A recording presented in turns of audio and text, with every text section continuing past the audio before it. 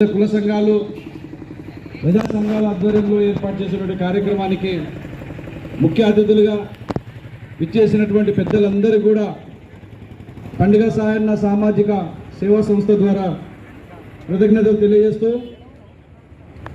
ఎప్పుడైతే రాజ్యం భ్రష్టు బట్టి అన్యాయాలు,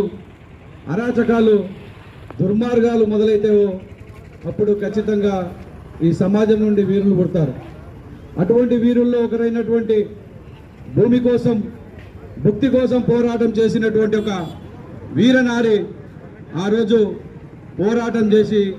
ఈ సభ్య సమాజానికి సభ్య సమాజంలో అణగారినటువంటి ప్రజల వలన నిలబడి కొట్లాడినటువంటి పోరాట యోధురాలు చాకలి ఐలమ్మ గారు. చాకలి ఐలమ్మ అంటే ఒక ఉద్యమాన్ని ముందుండి నడిపించినటువంటి చాకలి ఐలమ్మ గారి జ్ఞాపకాలను ఈరోజు మనం స్మరించుకోవడం ఒక గొప్ప అవకాశం. ఈ కార్యక్రమాన్ని ఇంతటితో కాకుండా ఎప్పుడో సంవత్సరానికి ఒకసారి జయంతి వర్ధంతి కార్యక్రమాలు కాకుండా నిరంతరంగా ఆమె చేసినటువంటి సేవలను, ఆమె చేసినటువంటి పోరాటాన్ని సమాజానికి తెలియజేయాల్సినటువంటి అవసరం మన పైన ఎంతైనా ఉందని చెప్పేసి నా తరపున నేను విజ్ఞప్తి చేస్తూ ఉన్నాను. ఆమె చేసినటువంటి పోరాటానికి గుర్తింపుగా తెలంగాణ సమాజంలో ఆమె సాధించినటువంటి గొప్ప గొప్ప విషయాలను ఈరోజు ఉన్నటువంటి గత ప్రభుత్వం ఏదైతే మరుగున పడేసిందో అలా కాకుండా ఈరోజు ఉన్నటువంటి ప్రభుత్వం ఆమె పేరు పైన ఒక యూనివర్సిటీ పెట్టడం, అట్లాగే ఆమె వంశానికి సంబంధించిన ఆమె మనవరాల్ని మహిళా కమిషన్లో ఒక సభ్యురాలుగా చేర్చడం అంటే తగిన గుర్తింపు ఇవ్వడం జరిగింది. కనుక మనం అందరం కూడా కృతజ్ఞతతో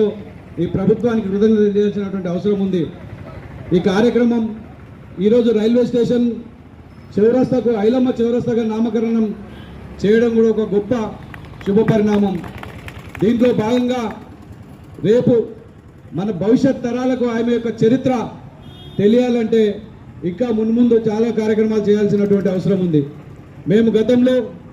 పండుగ సాయన్న మహబూబ్నగర్ జిల్లాలో పుట్టినటువంటి ఒక గొప్ప వీరుని చరిత్ర మరుగున పడేసిన